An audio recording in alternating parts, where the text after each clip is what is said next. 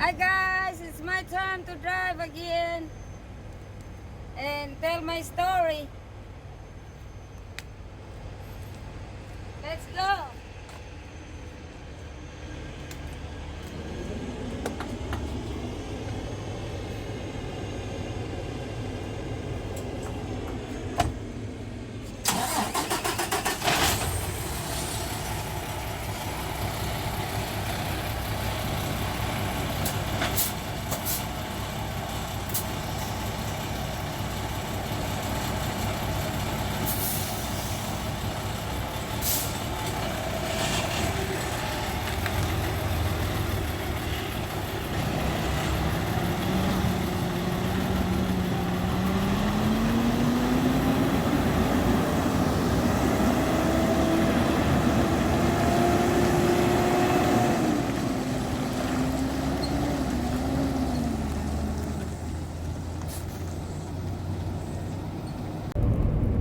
So, here's the continuation of my story, guys.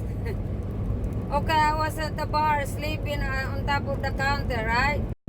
And would you believe that I had a dream about my maid and him sleeping together? And I told my friend about it.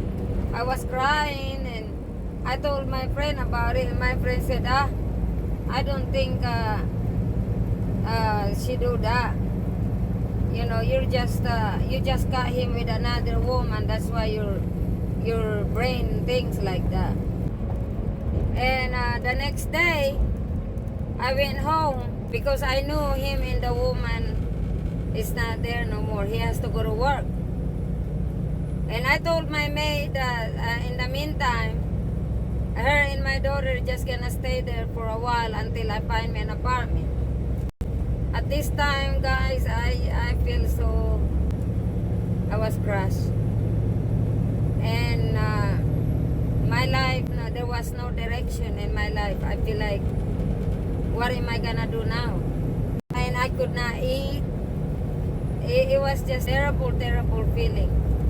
But I remain focused to my daughter, you know, what I'm gonna do next. So I went to the legal office on base and seek for help. And there was a Filipino who assisted me. He works there. He was a military also. And I feel a lot better at that time because, you know, I'd be able to explain it very good what had happened because, you know, in our Filipino language, since my English wasn't that good. And he told me that I should charge him adultery and file it and send it off to his commander. And if I do that, you know, they could take away his rank. At that time, he was a second class. And then possibly, he could get kicked out in military. I didn't know the adultery in military was that serious. And I didn't want to charge him for that. You know, I didn't want him to lose his job. That was not my intention for him to get kicked out in military because he brought a woman into my bed. You know, I still care for this man, I guess. You know, I said to him, no, I'm not gonna do that. You know, so okay, if you don't wanna do that, you should just file a legal separation. You know, that way he can give you some money because if you don't file a separation, he don't have to give you some money. And so he can give you $300 a month, $150 every 15 days because that's when he gets paid, every 15 days. And I said, okay, I'm just gonna file the separation because I need some money for the apartment if I'm gonna move out. Because I didn't wanna go back in the house no more and live with him again, you know. So to make the long story short, they served him the legal separation paper and he signed it. That's what happened. And that pissed him off. When he received the legal separation, that there was money involved that he has to give me $300 a month, that he has to give me $150 every payday. He was mad. But I cannot file a divorce, guys, because I wasn't American citizen. I was a Filipino citizen. So I can file no divorce, only him. That's what the guy told me. But in the meantime, I can get some money like that. So that's what happened, guys. I move out. To make the long story short, I move out and got an apartment, and I still have my maid with me. My life didn't have no direction at this point again. Lord of mercy. It was hard situation, and I didn't know what to do. You know, all my dream was crushed again, and I stayed drunk, guys. Oh, the red horse was my comfort. My life has no direction, and my daughter again. And I supposed to go to his house every 15 days to give my $150. I went to pick up my money, and my daughter and the maid too, because I found an apartment and I needed that money for deposit and down payment and everything. He was mad, and I just ignored him because I didn't want to talk to him, you know. So every 15 days I did that 2 times. Okay, I go over there and get the money. And the 3rd time, guys, I went over there. It was already I think it was already 7 o'clock at night, and there was a security guard. He hired a security guard, a Filipino guy, and I was knocking at the gate, and then the security guard said in Filipino, what do you want? And I said, well, tell my husband, because at that time he's still my husband. So I said, tell my husband that I'm here to pick up my money. And so he knocked on the door, and Jim opened the door, and then he shut the door. And then the guard said that you need to leave. I said, no, I'm not leaving. I said, I'm not leaving because I need that money. And then so he let me inside the gate, and I was knocking in the door. I was knocking at the door, and then Jim came out, and his woman was standing beside him. You know, and I don't know if I didn't know if that was the same woman. You know, I could care less at that time. And he told me that, no, I'm not gonna give you the money. I said, yeah, I need that money. And then he said, you need to leave. I said, no, I'm not leaving until I get my money.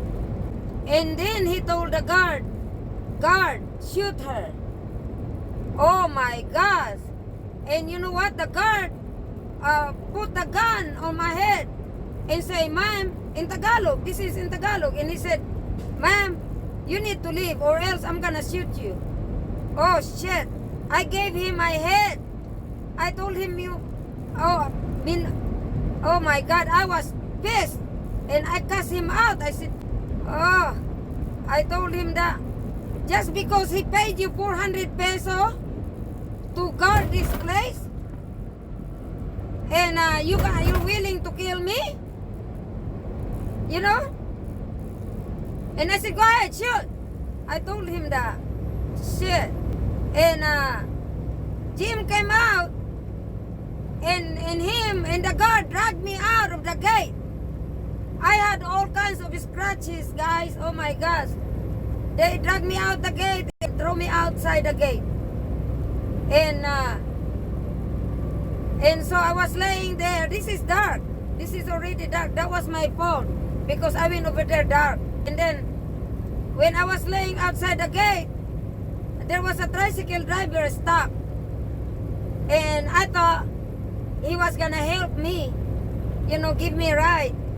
But no, he robbed me, guys. He took my necklace and he took my watch and took off. Oh my gosh! And then I got up and rode a jeepney and went home. And after that, I was thinking this is gonna get worse, you know. And I don't wanna go there no more to his house. So I went back to the legal office and showed them my scratches, you know. And I told him that I don't wanna go to his house no more. Is there any way where I can? Is there any way I can pick up the money somewhere, you know, and send it to my address? Well, they don't wanna send it to my address because of the, you know, a lot of people would steal the mail. So they told me that you come over here every 15 days in this office and pick up your money. Oh yeah, that helped me a lot. And I told my maid at that time that I can no longer pay her. She need to, you know, she need to find another job. I can no longer pay her because I want to save some money. I want to start saving some money, guys, because I don't know when is the divorce when he gonna file a divorce. If I have to save some money 1 year before he come back to America, you know, then I can have some money and I can start a business at the market. That's what that's what my plan. Me and my daughter just gonna have a business in the market. You know, if I save enough money. So, and I don't need to pay my maid no more.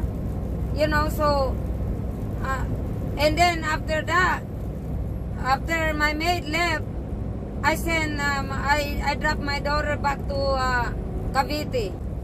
You know, she stayed there for a little bit, and then I would pick her up.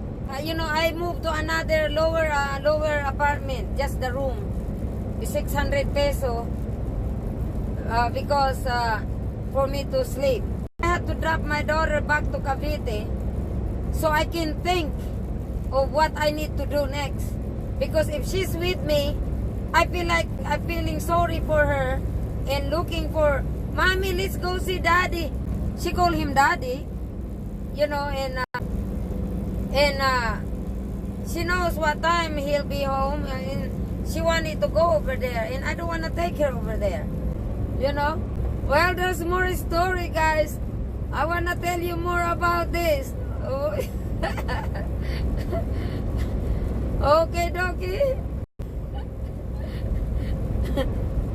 Bye-bye.